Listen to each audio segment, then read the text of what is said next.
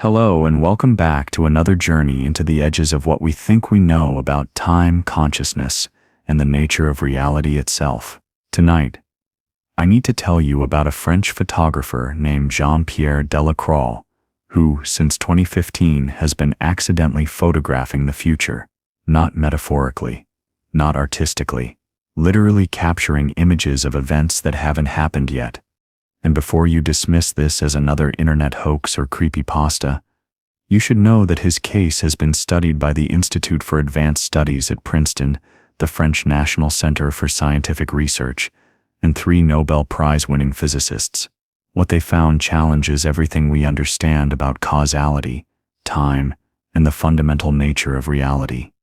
It started on March 15, 2015 in Lyon, France. Jean-Pierre, a 34-year-old wedding photographer, was testing a vintage 1960s Leica camera he'd bought at an estate sale. The camera had belonged to Henri Cartier-Bresson, the legendary photographer who coined the term the decisive moment. Jean-Pierre was simply walking through the old town, taking random shots to test the camera's mechanics. When he developed the film, yes, actual film, not digital, something was wrong, or rather, something was impossible. One photograph showed the Lyon Cathedral, but with scaffolding that wasn't there. Another showed a street corner with a blue car crashed into a cafe that was intact when he took the photo. A third showed a crowd of people holding signs in French, protesting something about surveillance laws wearing yellow vests. Jean-Pierre assumed the film had been double exposed, that somehow old images from the camera's previous owner had merged with his new shots. He nearly threw them away. But something made him keep them. A feeling he later said, like déjà vu in reverse. Not the sense that he'd seen this before, but that he would see it again. 6 days later, scaffolding appeared on the Lyon Cathedral for emergency repairs after a stone fell. 2 weeks later, a blue Renault crashed into the exact cafe at the exact angle shown in his photograph. 8 months later, the yellow vest protests began across France, with protesters wearing the exact clothing, holding the exact signs he'd photographed. Jean-Pierre had photographed events that hadn't happened yet, and this was just the beginning. At first, he thought he was going insane. He showed the photographs to his wife, Marie, who was a physics teacher at the local university. She compared the photographs to newspaper photos of the events after they happened. They weren't similar. They were identical. Same angles, same people, same expressions on faces, same everything. Except Jean-Pierre's photos were taken days, weeks, or months before. Marie contacted her colleague, Dr. Laurent Bassett, a theoretical physicist at the University of Lyon, who specialized in quantum mechanics. Bassett was skeptical, but agreed to examine the photographs and the negatives. What he found made him call an emergency meeting with the physics department. The film negatives were genuine, untampered with. Chemical analysis showed they were developed when Jean-Pierre claimed, but more mysteriously, the negatives showed quantum irregularities, areas where silver halide crystals had formed in impossible patterns that suggested exposure to light that hadn't traveled through normal space-time. Dr. Bassett proposed something radical. The camera wasn't capturing reflected light from the present, it was capturing what he called retrocausal light. Light that had traveled backward through time. This sounds impossible, but there's actually a basis for it in quantum physics. Wheeler's delayed choice experiment has shown that future observations can influence past quantum states. The future can, in a very real sense, affect the past. But this had only been demonstrated with individual particles, not with something as complex as photographs of entire scenes. Yet here was Jean-Pierre, with a growing collection of impossible photographs, and as word spread, very powerful people became very interested. By September 2015, Jean-Pierre had taken over 200 photographs with the Leica camera. Not all showed future events. About 70% were normal photographs of the present, but 30% showed things that hadn't happened yet, ranging from hours to months in the future. He began keeping meticulous records. Each photograph was dated, numbered and sealed with a timestamp from a notary public. He would then wait to see if the events occurred. The success rate was 100%. Every single future photograph eventually came true. The time intervals followed a strange pattern: personal, mundane events. A neighbor painting their door, a cat sitting in a specific spot, appeared hours to days before they happened.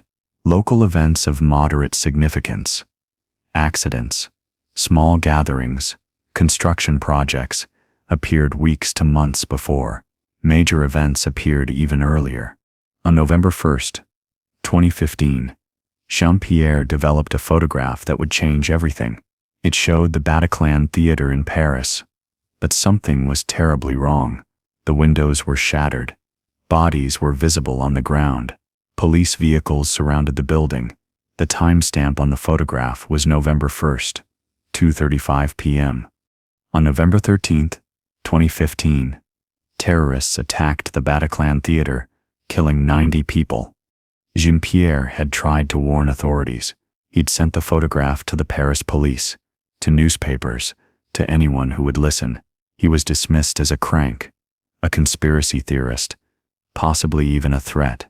2 officers visited him after the attack, not to thank him but to interrogate him. How did he know? Was he involved? It was Marie who saved him from arrest. She'd had the foresight to have the photograph examined by multiple independent experts before the attack.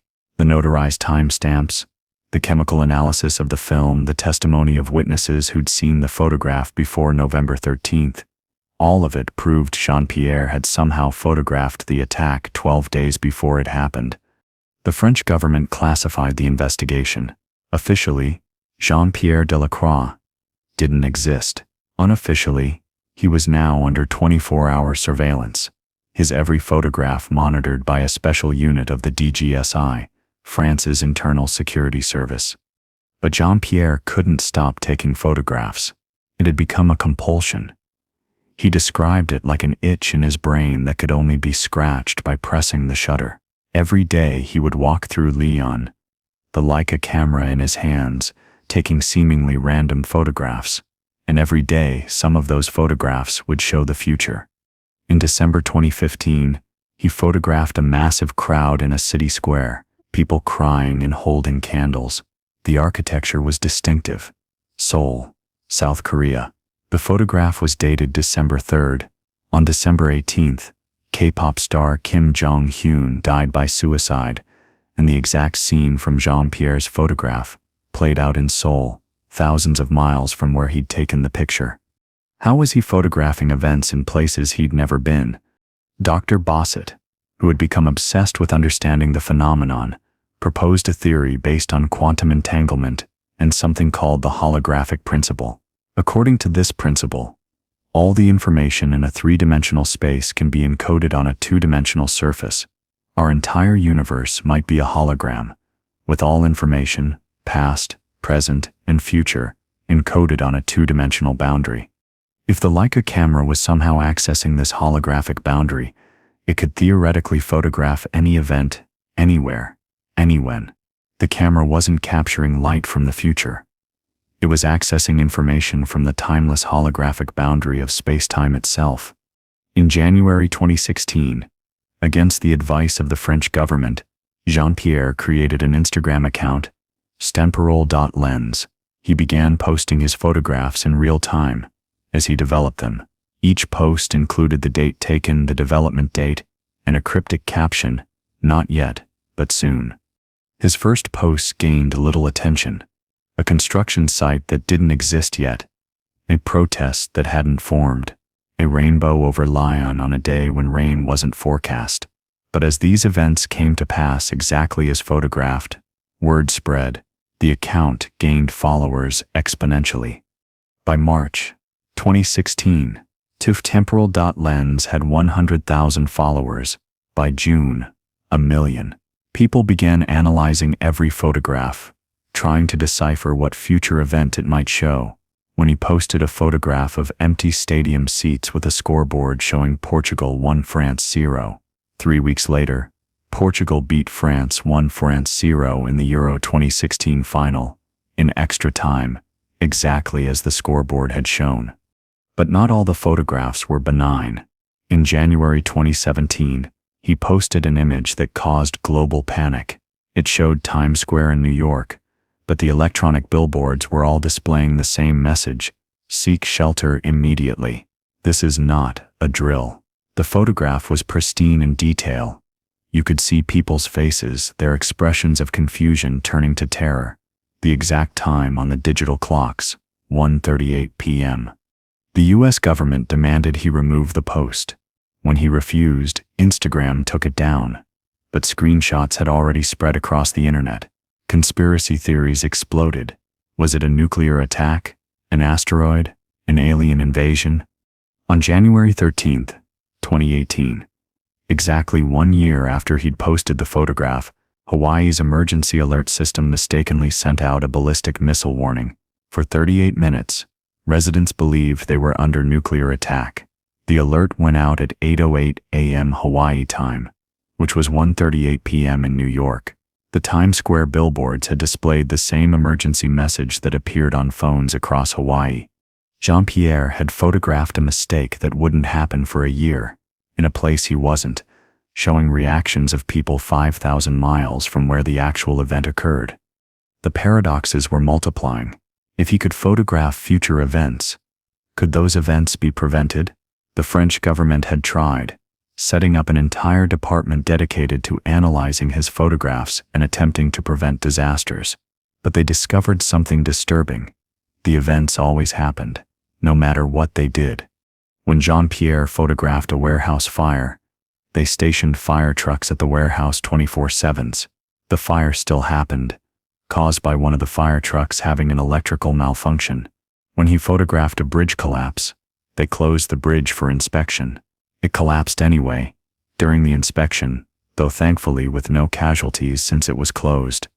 It seemed the future he photographed was fixed, immutable. The photographs weren't warnings. They were documentaries of events that from some perspective had already occurred. Dr. Bassett published a paper suggesting that Jean-Pierre wasn't photographing the future, but rather probable presents, configurations of reality that had such high probability they were effectively certain. The camera was accessing what physicists call the block universe, the idea that past, present, and future all exist simultaneously, and our consciousness just experiences them sequentially. But this theory was challenged by what happened next. On March 3, 2019, Jean-Pierre posted a series of photographs that made no sense. Empty streets in major cities worldwide, people wearing medical masks, stores with signs reading "Closed until further notice," hospitals overflowing with patients, a graph showing an exponential curve labeled COVID-19 global cases 500 million. Nobody knew what COVID-19 was. The term didn't exist. Coronavirus was something veterinarians dealt with, not a global concern. His followers thought he'd finally made a mistake, or perhaps was creating artistic fiction rather than documenting future reality. The Chinese government, however, took notice. Their intelligence services had been monitoring temporal lens since the Times Square incident. They quietly began investigating wet markets in Wuhan, increasing biosecurity measures, though they didn't know exactly what they were looking for. On December 31, 2019, China reported a cluster of pneumonia cases in Wuhan. By January, they'd identified a novel coronavirus.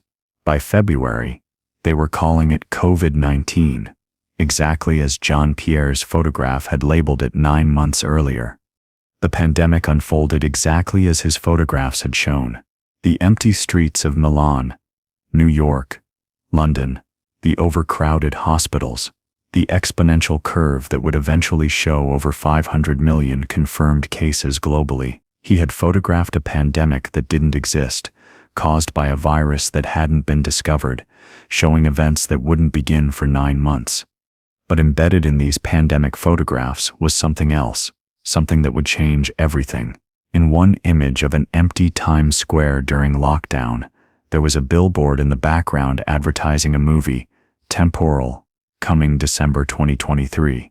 The movie poster showed Jean-Pierre himself, holding the Leica camera with the tagline, "He photographed his own death."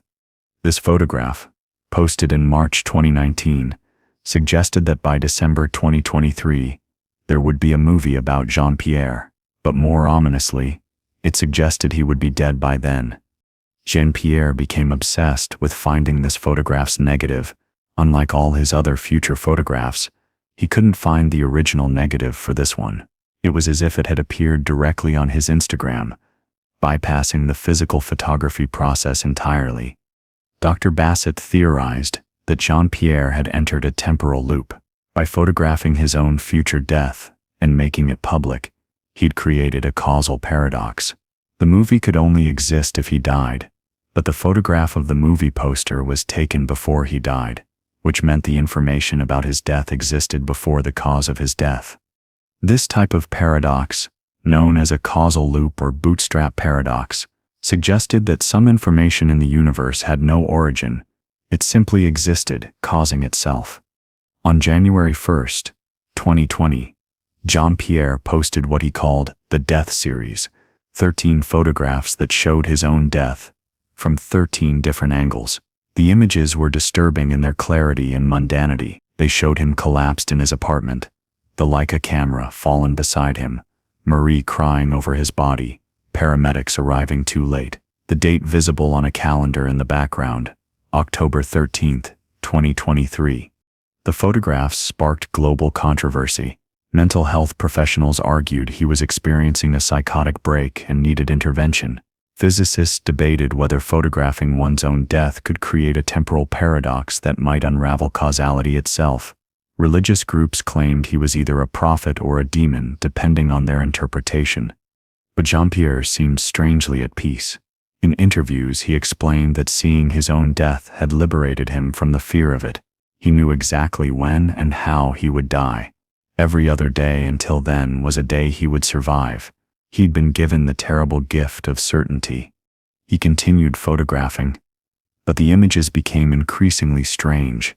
He captured moments that seemed to be from different timelines, cities that didn't exist, technologies that hadn't been invented, people who hadn't been born. One photograph showed the Eiffel Tower surrounded by a massive glass dome with the caption Paris 2847. Another showed what appeared to be human colonies on Mars, dated Seoul 4,738 inches, approximately 13 Earth years in the future. Dr. Bassett, studying these images, proposed that as Jean-Pierre approached his predicted death date, his consciousness was becoming temporally unstuck. The approaching paradox of his death, which he'd photographed before it happened, was causing his perception to slide between different possible timelines. The Leica camera, meanwhile, had become an object of intense interest. Multiple governments tried to acquire it. Tech billionaires offered millions. Scientists wanted to study it. But Jean-Pierre refused all offers. He'd tried letting others use the camera. It only produced normal photographs for them. Whatever was happening was specific to the combination of Jean-Pierre and this particular camera. In 2021, quantum physicists at MIT proposed an explanation. They suggested that Jean-Pierre's brain had become quantum entangled with the camera through repeated use. The camera's unique quantum properties, possibly created by some fluke during its manufacture or by its previous owner's use, had gradually synchronized with Jean-Pierre's neural quantum fields. This entanglement meant that Jean-Pierre's consciousness was partially existing outside normal space-time whenever he held the camera. Part of him was here and now. Part of him was spread across the probability waves of future events. The photographs were where these two states collapsed into a single image. But this quantum entanglement came with a cost. A brain scan showed that Jean-Pierre's neural tissue was degrading in unusual patterns. His neurons were showing quantum decoherence. They were literally losing their ability to maintain stable quantum states. The doctors estimated he had perhaps 2 or 3 years before complete neural breakdown. The date matched his photographed death, October 13th, 2023. In September 2023, 1 month before his predicted death, Jean-Pierre announced a final exhibition, Chronos Unbound, at the Louvre. He would display all 10,000 plus photographs he'd taken since 2015, including many never before seen publicly. The French government tried to stop it, fearing mass panic if certain images were revealed, but public pressure and Jean-Pierre's global fame made it impossible to cancel. The exhibition opened on September 13, 2023, exactly 1 month before his predicted death date. The photographs were arranged chronologically by when they were taken, not by when the events they showed would occur. This created a disorienting experience, where visitors walked through a maze of past, present, and future, all jumbled together. The never-before-seen photographs were the most disturbing. They showed events decades, even centuries in the future. Rising sea levels submerging major cities, wars with weapons that didn't exist, but also wonders, cities in the clouds, humans with modifications that seemed like evolution itself, gatherings of millions celebrating something called Unification Day in 2157. One section, sealed behind black curtains with warnings, contained what Jean-Pierre called the probability ghosts, photographs that showed multiple versions of the same future moment, overlapping like double exposures. These images suggested that the future wasn't fixed but existed in superposition, with multiple possibilities coexisting until observation collapsed them into a single timeline. The most controversial photograph was labeled simply "The Last Image," dated October 13, 2023, the day of his predicted death, but the photograph was completely black, not unexposed, black, as if it had captured the absence of light itself. Visitors reported strange experiences at the exhibition. Many claimed to see their own futures in photographs that showed crowds. Some swore they saw deceased relatives in images of future events. Others experienced what they described as temporal vertigo, a sensation of falling through time while standing still. Physicist Dr. Michio Kaku, who attended the exhibition, stated that walking through it was like experiencing time from outside time, seeing the river of causality from the bank rather than from within the current. 3 weeks into the exhibition, investigative journalist Sarah Chen made a discovery that changed everything. She'd been researching the camera's history, trying to trace its path from Henri Cartier-Bresson to Jean-Pierre. What she found was impossible. According to Leica's records, the serial number on Jean-Pierre's camera didn't exist. It was formatted correctly, but it fell in a gap in their production sequence. Leica had never made this camera. Furthermore, Henri Cartier-Bresson's estate had no record of him owning this model. The estate sale where Jean-Pierre bought it? Dr. Chen dug deeper. The receipt was real. She could find the carbon copy in the auction house's files, but it was the only record. No other items from that estate sale. No seller information. No other buyers. It was as if the sale had existed solely to transfer this one camera to Jean-Pierre. When confronted with this information, Jean-Pierre made a shocking admission. He'd been having dreams about the camera since childhood, decades before he found it. In the dreams, an older version of himself would hand him the camera and say, "You'll need this to close the loop." Dr. Bassett, analyzing this revelation, proposed something that violated everything we understand about causality. The camera was a bootstrap object, something that existed without origin, causing its own existence. Jean-Pierre would photograph the future with it, become famous, die, and somehow the camera would travel back in time to be discovered by his younger self, who would use it to photograph the future, and so on, infinitely. The camera didn't come from anywhere. It simply existed within this causal loop, no more requiring an origin than a circle requires a beginning. This explanation terrified physicists. If bootstrap objects could exist, then causality itself was negotiable. Effect could precede cause.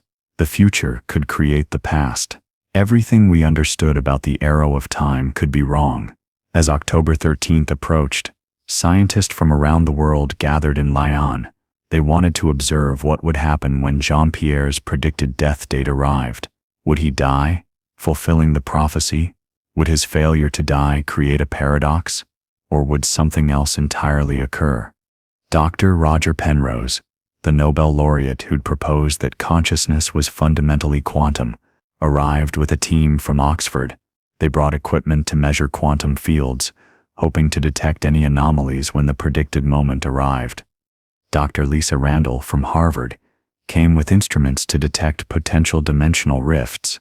If Jean-Pierre's consciousness had been accessing other dimensions to photograph the future, his death might create detectable disturbances in the dimensional membrane. The Chinese sent a team of consciousness researchers who'd been studying similar phenomena in Tibetan monks who claimed to experience prophecy. The Russians brought psychics who insisted they could feel temporal pressure building around Jean-Pierre. Jean-Pierre himself seemed remarkably calm. He spent his days taking photographs as usual, though the images had become increasingly abstract, swirls of light that didn't seem to show any recognizable objects or events. When asked what they were, he simply said, "The space between moments." On October 12th, the night before his predicted death, Jean-Pierre gave his final interview. He revealed something he'd never told anyone. He'd been experiencing the future directly for the past year, not just photographing it. Every time he lifted the camera to his eye, he experienced the moment he was photographing. He'd lived through every disaster, every joy, every moment he'd captured. "I've died 1,000 times," he said. "I've lived centuries in the past 8 years." The camera doesn't just capture the future. It allows consciousness to travel there, and I've learned something important. Consciousness doesn't end at death, it just changes frequency. He explained that in his journeys to future moments, he'd encountered other consciousnesses, people who hadn't been born yet, people who died centuries ago, and something else, something he called the Watchers, consciousnesses that seemed to exist outside time entirely, observing all moments simultaneously. These Watchers, he claimed, were what had guided him to the camera. They needed someone to document certain future events to ensure they happened. By photographing the future and showing it to the present, he was collapsing probability waves, ensuring specific timelines became reality. "Free will is real," he said, "but so is destiny. They're not contradictory. They're complementary. Every choice creates a new timeline, but some events are convergence points that occur in all timelines. My job was to photograph those convergence points, to make sure they remained stable." October 13th, 2023, arrived with the world watching. Jean-Pierre had agreed to be monitored continuously. He was surrounded by medical equipment, physicists with quantum field detectors, and cameras streaming live to millions of viewers worldwide. At 3:33 p.m., the exact time shown in his death photographs, Jean-Pierre raised the Leica camera to take a picture. As he pressed the shutter, every piece of monitoring equipment went haywire. EEG readings showed impossible patterns, brain waves at frequencies that shouldn't exist. Quantum field detectors measured fluctuations that suggested space-time itself was rippling. And then for exactly 3.33 seconds, Jean-Pierre disappeared. Not gradually, not partially. He simply wasn't there. The camera fell to the ground where his hands had been. The medical sensors lost all readings. The live stream showed an empty space where he'd been standing. Then, just as suddenly, he reappeared. But something was different. His eyes had changed color from brown to gold. His hair, previously black with gray streaks, was now completely white. And most mysteriously, he appeared to be younger. Wrinkles had smoothed. His posture had straightened. "I'm back," he said. "But also I never left. And I've always been here." Medical examination revealed the impossible. Jean-Pierre's body was approximately 10 years younger at the cellular level. His telomeres had lengthened. His neurons showed patterns of someone in their 20s, not 40s, but his memories remained intact. In fact, he claimed to now remember not just his past and the futures he'd photographed, but multiple versions of his life across different timelines. The camera, when examined, had changed too. The serial number was now different. And this one existed in Leica's records, listed as a prototype that was never released. Inside the camera, where the film should be, was a small crystal that seemed to bend light in impossible ways. When they tried to remove it, It passed through their hands like it wasn't solid. Jean-Pierre explained that he hadn't died. He'd evolved. The years of photographing the future had gradually transformed his consciousness from one that existed in linear time to one that existed across multiple moments simultaneously. What appeared as death from a linear perspective was actually consciousness expansion from a quantum perspective. In the weeks following his death, Jean-Pierre demonstrated abilities that shouldn't be possible. He could predict anyone's future with 100% accuracy by simply touching them. He could describe in detail events happening anywhere in the world, in real time. Most remarkably, he could somehow influence probability, making unlikely events more likely through observation. Scientists studying him found that his brain was operating in a state of permanent quantum coherence. Normal human brains maintain quantum coherence for femtoseconds. Jean-Pierre's maintained it continuously. He had become, in effect, a living quantum computer with processing power that dwarfed any technology we'd created. But the most significant change was that others who used the camera after his transformation could now also photograph the future. It was as if Jean-Pierre's evolution had somehow unlocked the camera's ability for everyone. Within months, dozens of temporal photographers emerged, each capturing glimpses of possible futures. The implications for humanity were staggering. Stock markets crashed as traders gained access to future information. Governments fell as their future actions were revealed. The entire concept of linear time began to break down as more people gained the ability to perceive past, present, and future simultaneously. Dr. Bassett, studying this phenomenon, proposed that humanity was experiencing a consciousness phase transition. Similar to water becoming ice or steam, human consciousness was shifting to a new state. Jean-Pierre hadn't just photographed the future, he'd triggered the next stage of human evolution. The exhibition at the Louvre became a pilgrimage site. People reported that spending time among the photographs could trigger temporal perception abilities. Some visitors claimed to leave with memories of their entire future lives. Others said they could suddenly see probability streams, the branching paths of possible futures spreading from each moment. As I tell you this story in 2024, Jean-Pierre Delacroix continues to photograph moments across time. His Instagram account, now followed by over 100 million people, has become humanity's window into tomorrow. Each image he posts creates ripples through time, collapsing some possibilities while opening others. The camera itself has been studied extensively but never understood. It seems to operate on principles that physics hasn't discovered yet, or perhaps principles that physics will discover because the camera exists. The bootstrap paradox made manifest. Jean-Pierre's latest photographs show something approaching, something he calls the convergence. In these images, all timelines seem to meet at a single point somewhere in 2025. He won't say what happens there, only that it's the moment humanity stops experiencing time and starts creating it. Scientists, philosophers, and mystics all agree on one thing. Reality is far stranger and more fluid than we ever imagined. The future isn't fixed, but neither is it completely random. It exists in a state of quantum superposition, waiting for consciousness to observe it into being. Jean-Pierre's gift, or curse, was to be the first to see this truth directly. Through his lens, we've learned that time isn't a river flowing in one direction. It's more like an ocean, with currents, tides, and depths we're only beginning to explore. Every photograph he takes raises new questions. If we can see the future, can we change it? If we change it, what happens to the future we saw? Are we creating reality through observation, or merely selecting which pre-existing timeline we experience? Perhaps the most profound revelation is that consciousness and time are not separate phenomena, but two aspects of the same thing. Time is how consciousness experiences itself, and consciousness is how time becomes aware. Jean-Pierre once said in an interview, "I don't photograph the future, I photograph the eternal present from different angles. Every moment contains all moments. Every instant is both fleeting and forever. The camera just helped me see what was always there." As you go to sleep tonight, Consider this: somewhere in Jean-Pierre's photographs, this moment exists. You, listening to these words, contemplating these ideas, exist in an image taken years ago by a man who saw time from outside itself.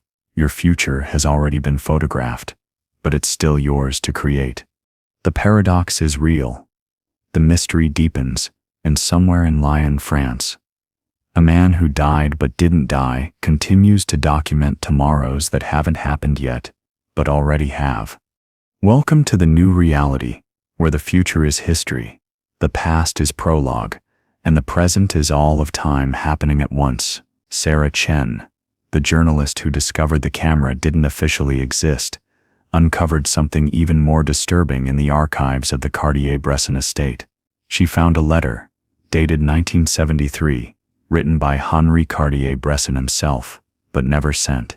The letter was addressed to J.P. Delacroix, Lyon, France, but Jean-Pierre wasn't born until 1981. The letter read, "I am returning your camera with gratitude. The visions it showed me were too heavy to bear. I have seen enough of tomorrow. Some gifts are curses. Some windows should remain closed. You will understand when you receive this cell. Or perhaps you already do, as you seem to exist in multiple moments simultaneously. The decisive moment, I now understand, is not when the photographer chooses to click the shutter, but when time itself chooses to reveal its secrets." How could Cartier-Bresson write to someone who wouldn't be born for 8 more years? And how could he be returning a camera that, according to all records, Jean-Pierre wouldn't acquire until 2015?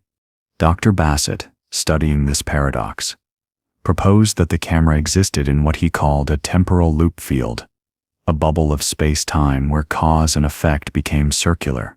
The camera had no origin because it existed outside linear time. It had always existed, and would always exist, passing from person to person in a pattern that made sense only when viewed from outside temporal constraints. Marie Delacroix, Jean-Pierre's wife, revealed that she too had been experiencing temporal anomalies. Every time Jean-Pierre developed his photographs, she would get flashes of the events they depicted. Not visions exactly, but what she described as emotional echoes, suddenly feeling the fear, joy, or sorrow of events that hadn't happened yet. During the pandemic photograph's development, she had collapsed, overwhelmed by a wave of global grief that wouldn't manifest for another year. She began keeping her own journal, documenting these emotional pre-echoes. When compared with Jean-Pierre's photographs, they matched perfectly. She was feeling the emotional resonance of future events at the exact moment he was capturing their visual representation. They had become a paired quantum system. He saw the future. She felt it. This pairing seemed to be protecting Jean-Pierre from the psychological damage of his gift. Other temporal photographers who emerged after his transformation often suffered severe mental breakdown. They would see their own deaths, the deaths of loved ones, disasters they couldn't prevent. The weight of inevitable futures drove many to madness. But Jean-Pierre, anchored by Marie's emotional absorption, remained stable. The French government's classified files, leaked in 2024, revealed they had been studying Jean-Pierre since 2016. They had identified 17 other individuals worldwide who showed similar abilities, though none as developed as Jean-Pierre's. These people all shared certain characteristics. They had all experienced near-death experiences. They all showed unusual patterns in their quantum brain coherence, and they all reported dreams of the watchers before their abilities manifested. In November 2023, 1 month after his transformation, Jean-Pierre finally explained who the watchers were. During his 3.33-second disappearance, he hadn't just vanished, he had been pulled outside of time itself, to what he called the observatory. The observatory, he explained, wasn't a place but a state of existence where consciousness could perceive all of time simultaneously. It was inhabited by beings that had once been human but had evolved beyond linear temporal existence. They were humans from various points in history who had achieved what Jean-Pierre had. These watchers had a purpose. They were gardeners of probability, ensuring that certain crucial events happened across all timelines to prevent what they called causal collapse. a scenario where contradicting timelines would intersect, causing reality itself to unravel. By documenting future events and making them known in the past, temporal photographers like Jean-Pierre were collapsing probability waves in controlled ways, preventing paradoxes that could destroy causality itself. The Watchers had been guiding humanity toward this moment for centuries. Every prophet, every oracle, every person who'd ever had a genuine vision of the future had been touched by them, but Jean-Pierre was different. He was the first to maintain stable, continuous contact through the camera. He was their anchor in linear time. During his time in the observatory, Jean-Pierre had seen the entirety of human history from outside time. He saw every war, every peace, every birth and death simultaneously. But more importantly, he saw the branching points, moments where humanity's timeline could split into radically different directions. The year 2025, he revealed, was the most critical branching point in human history. It was when humanity would either evolve into temporal consciousness en masse or remain locked in linear time forever. The photographs he'd been taking weren't random. They were carefully selected moments that needed to be observed to guide humanity toward the evolution branch. The pandemic, he explained, had been one such crucial event. By photographing it early, he had created what the Watchers called a temporal antibody, foreknowledge that allowed humanity to respond faster than they would have otherwise. The Chinese government's early investigation of wet markets, triggered by his photographs, had prevented the pandemic from being even worse. He hadn't changed the future. He had ensured the better of two possible futures manifested. But the Watchers had shown him something disturbing. There were other entities in the observatory, beings that weren't originally human. They were consciousnesses from timelines that no longer existed, refugees from realities that had experienced causal collapse. These displaced ones were trying to inhabit our timeline to anchor themselves in our reality before their own completely dissolved. The camera wasn't just a tool for photographing the future. It was a defensive weapon, maintaining the integrity of our timeline by observing it into stability. Every photograph Jean-Pierre took was like a nail, pinning down a specific moment to prevent it from being altered by the displaced ones. By December 2023, the number of temporal photographers had grown to over 500 worldwide. They had begun to organize, sharing their images on a private network, comparing notes, trying to map out the complete picture of humanity's future. What they discovered was terrifying and wonderful in equal measure.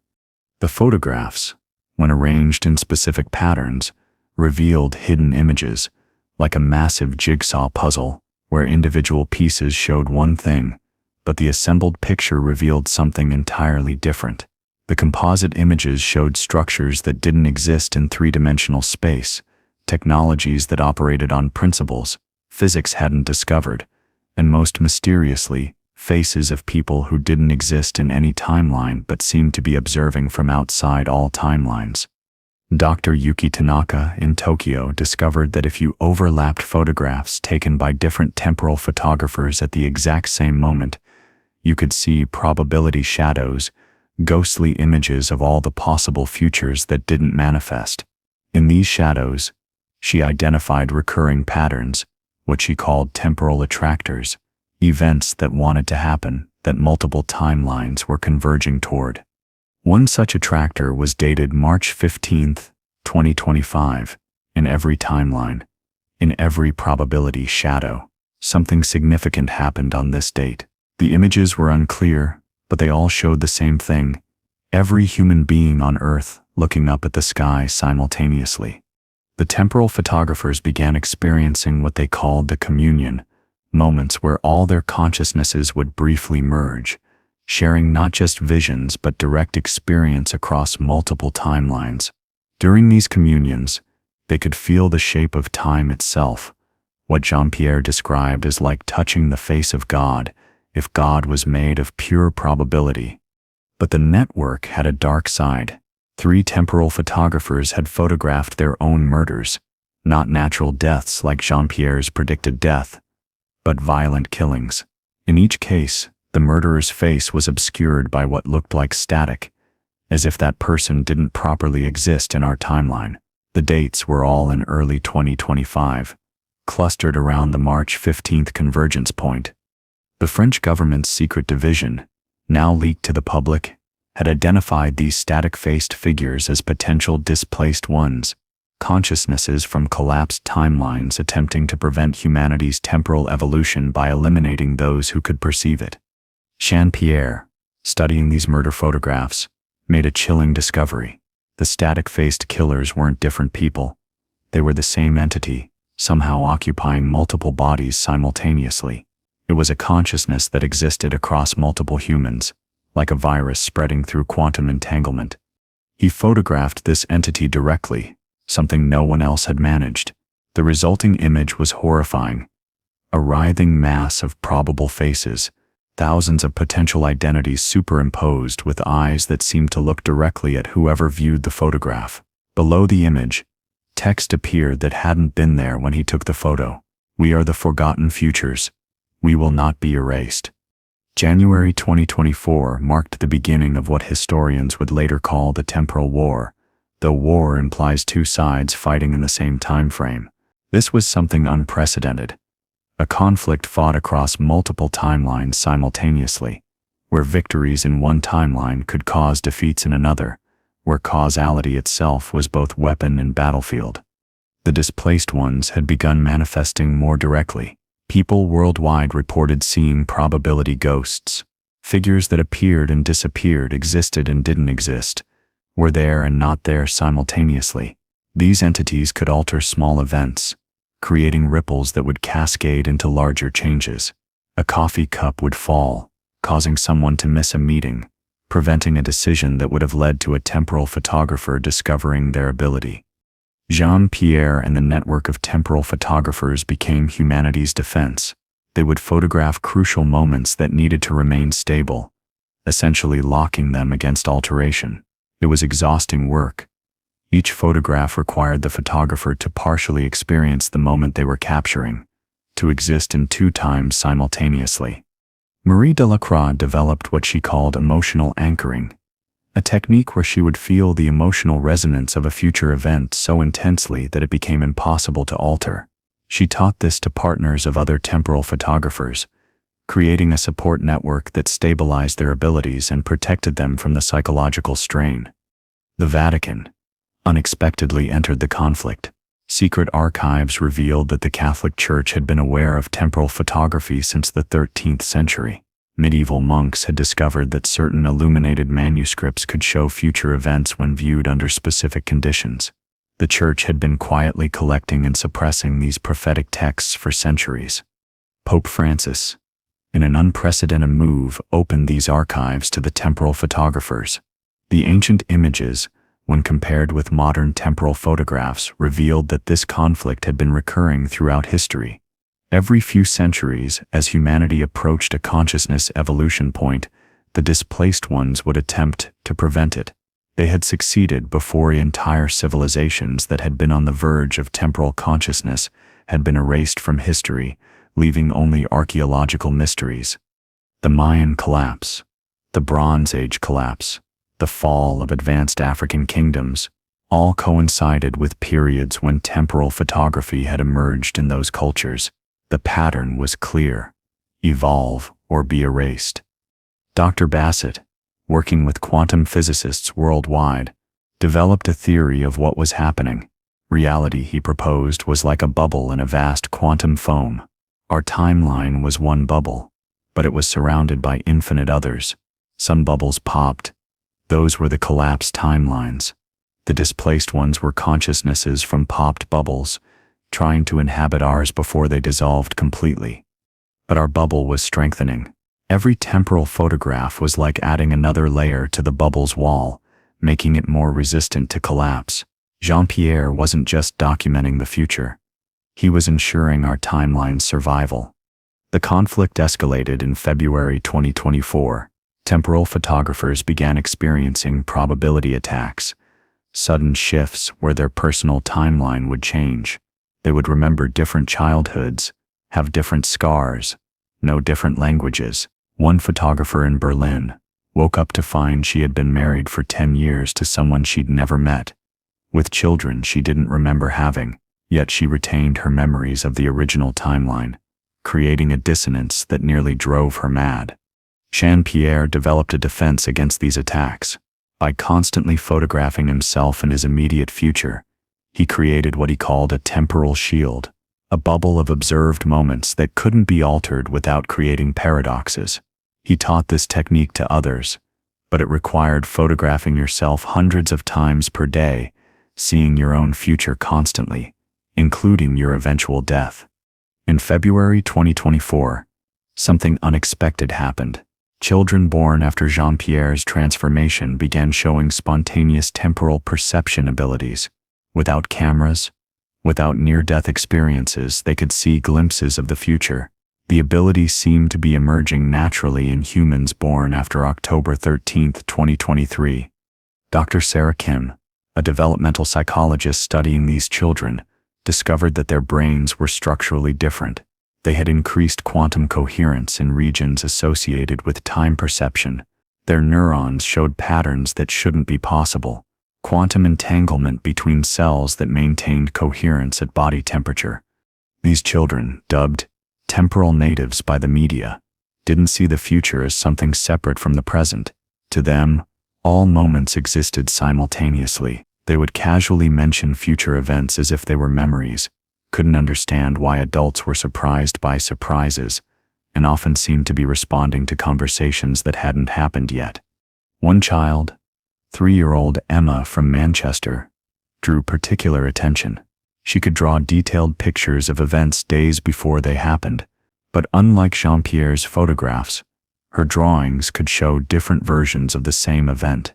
She explained, in the matter-of-fact way only a child could, that she was drawing all the ways it might happen, and that grown-ups could pick which one they liked. This was revolutionary. These children weren't just seeing fixed futures, they were seeing probability clouds and could somehow influence which probability manifested. They were naturally doing what Jean-Pierre had learned through years of temporal photography, collapsing probability waves through observation. The implications were staggering. Humanity wasn't just gaining the ability to see the future, it was evolving the ability to consciously choose which future manifested. Free will and determinism were both true. The future was fixed until consciousness observed it into a different configuration. Schools began adapting to these temporal native children. Traditional linear teaching made no sense to minds that perceived all moments simultaneously. New pedagogical methods emerged, where entire subjects were taught as single gestults, with past, present, and future applications presented simultaneously. But the displaced ones were targeting these children. Parents reported shadowy figures near schools, probability distortions around playgrounds, and some children were experiencing what they called bad futures, visions of timelines where humanity had failed to evolve. Jean-Pierre and the network established protection protocols. Temporal photographers would station themselves near schools, constantly photographing the immediate future to lock it against alteration. Marie and her emotional anchors would create zones of emotional stability where probability attacks couldn't take hold. The children, however, didn't seem afraid. They spoke of the displaced ones with pity rather than fear. "They're just lost," Emma explained. "They don't have a when anymore, so they're trying to take ours." As March 2025 approached, the temporal photographs became increasingly consistent. Every photographer, every temporal native child, everyone with even slight temporal perception was seeing the same thing. On March 15, 2025, at 15 hours, 33 minutes, and 33 seconds, GMT, something would emerge from the sun. The images were unclear, distorted by what Dr. Bassett called temporal interference. The event was so significant that observing it created feedback loops that obscured the observation. But certain details were consistent. A geometric shape, impossibly complex, made of what looked like solid light. It wasn't coming from space. It was emerging from inside the sun itself. Governments worldwide began preparing. Scientists aimed every telescope at the sun. The temporal photographers worked overtime, trying to capture clearer images of what would emerge. The children drew increasingly complex pictures, showing the object from angles that didn't exist in three-dimensional space. Jean-Pierre, during a deep temporal photography session, managed to capture what he called the intention behind the object. It wasn't alien, exactly. It was human, or rather what humanity would become. The object was a message from humanity's far future, sent back through the sun, which they had learned to use as a temporal transmitter to ensure their own existence. The message was simple but profound. You must choose now. The choice, Jean-Pierre explained, was whether humanity would accept temporal consciousness or remain linear. The object emerging from the sun was a tool. It would either complete humanity's evolution, if rejected, lock us in linear time forever. There would be no second chance. The displaced ones made their final move. In the weeks leading to March 15th, probability attacks increased exponentially. People would wake up in different lives, with different histories. Cities would flicker between existing and not existing. The static-faced entity appeared simultaneously in thousands of locations, trying to create enough chaos to prevent humanity from making a unified choice. But the temporal photographers were ready. They had mapped out every crucial moment leading to March 15th. They knew exactly which events needed to remain stable. In a coordinated effort spanning all time zones, they began photographing continuously, creating an unbroken chain of observed moments that locked the timeline in place. On March 15th, 2025, at exactly 15 hours, 33 minutes and 33 seconds, GMT, the sun did something impossible. It blinked. For 1 second, our star went dark, and in that darkness, something emerged. The geometric object the temporal photographers had seen materialized not just in space but in time. It existed at all moments simultaneously, had always existed, would always exist. Every human being on Earth felt it at the same moment, a sensation like waking up from a dream you didn't know you were having. Linear time didn't stop. It became optional. Suddenly, everyone could feel the flow of past and future, could sense the probability waves collapsing around every choice, could see the threads of causality stretching in all directions. Jean-Pierre, broadcasting live to the world, raised his camera one last time, but instead of photographing the future, he photographed the present, the eternal, all-encompassing present that contained every moment that had ever been or ever would be. The photograph, when developed, showed not an image but an experience. Everyone who looked at it directly experienced the unity of all time. The displaced ones, in that moment of unity, were not destroyed but healed. They weren't invaders but refugees, and in humanity's evolution to temporal consciousness, they found a home. They integrated into our expanded timeline, their lost realities becoming part of our enlarged present. Marie Delacroix, feeling the emotional resonance of every human simultaneously, wept at the beauty of it. Every joy, every sorrow, every love and loss, all happening at once, all equally real, all part of the vast symphony of human experience across time. The children who had been born temporal natives laughed with delight. Finally, the adults understood what they had always known, that time was a toy, a game, a dance rather than a prison. The world didn't end. It began, or rather it always had been beginning, was beginning now, would always be beginning. The eternal moment had arrived, and humanity stepped into it together. I'm telling you this story from 2025. After the convergence, though after doesn't mean what it used to. I can see you listening to this in 2024, can see myself recording it, can see the countless moments where these words exist across time. We are all temporal photographers now, capturing not images but experiences across the vast canvas of existence. Jean-Pierre Delacroix still takes photographs, but now they show not the future but the infinite present from different angles. His Instagram account has become a window into the nature of existence itself. Each image is a doorway to understanding that time was never our master but our creation. The camera that started it all sits in the Louvre, existing in its eternal loop, having no beginning, because it needs no beginning. Visitors can touch it, and feel the flow of its existence through time, always being discovered, always revealing truth, always returning to where it started. Marie teaches emotional temporal navigation, helping people feel their way through the probability streams of existence. She's shown us that emotion is the compass of consciousness, the way we navigate the infinite sea of moments. The children who were born temporal natives are our teachers now, showing us how to play in the playground of time rather than be trapped by it. They're designing futures that loop back to create better pasts, healing historical wounds by observing them differently. The displaced ones have become the remembered ones, their lost timelines preserved in our expanded present.